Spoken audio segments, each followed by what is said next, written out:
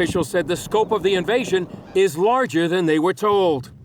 The Turkish invasion is spearheaded by jihadist troops called the Free Syrian Army. They've already committed atrocities, including the execution of these Kurdish soldiers seen in this shocking video and the murder of a prominent Kurdish politician.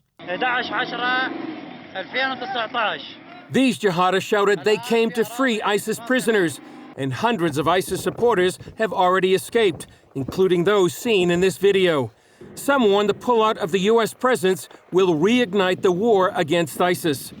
All this comes as President Trump ordered the pullout of 1,000 troops from northeast Syria, a move criticized by many of his supporters. Leaving an ally behind, abandoning people that we frankly told that we were going to be with, is disheartening, depressing. Frankly, it's weak. Yet current Defense Secretary Mark Esper said the U.S. wasn't able to stop Turkey. Turkey committed this action. They decided to make an incursion in northern Syria, despite our protestations, our urgings not to do it. But many accuse the president of abandoning the U.S.'s #1 ally in the battle against ISIS.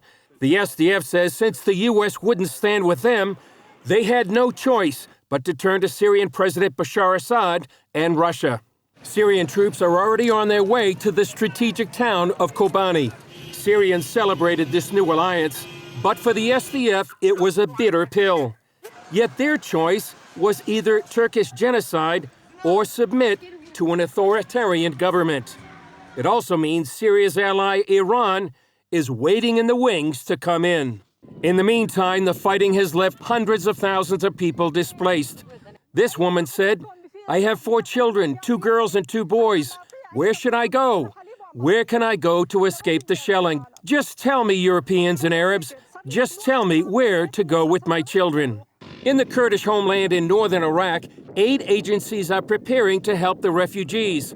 CBN News senior international correspondent George Thomas reports from Erbil. This is George Thomas in Iraq's Kurdistan region.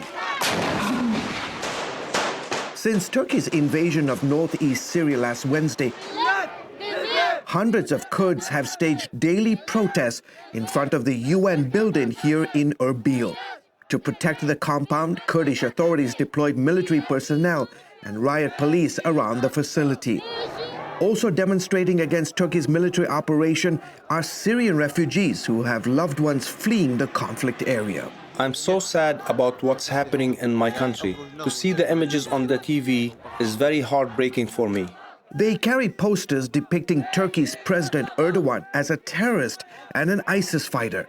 With the news that Syria and Russia could now get into the fight, many here fear a dramatic escalation and are pleading with the international community, especially the United States, to stop Turkey's operation against the Kurdish-led Syrian Democratic Forces. The U.S. says it stands for human rights and freedom, but where is that for the Syrians who are suffering? My message to President Trump is, please reverse your decision to pull your troops out and allow Turkey to invade. Come up with any other options, but not this one. This is the worst idea because now people in northeast Syria are suffering.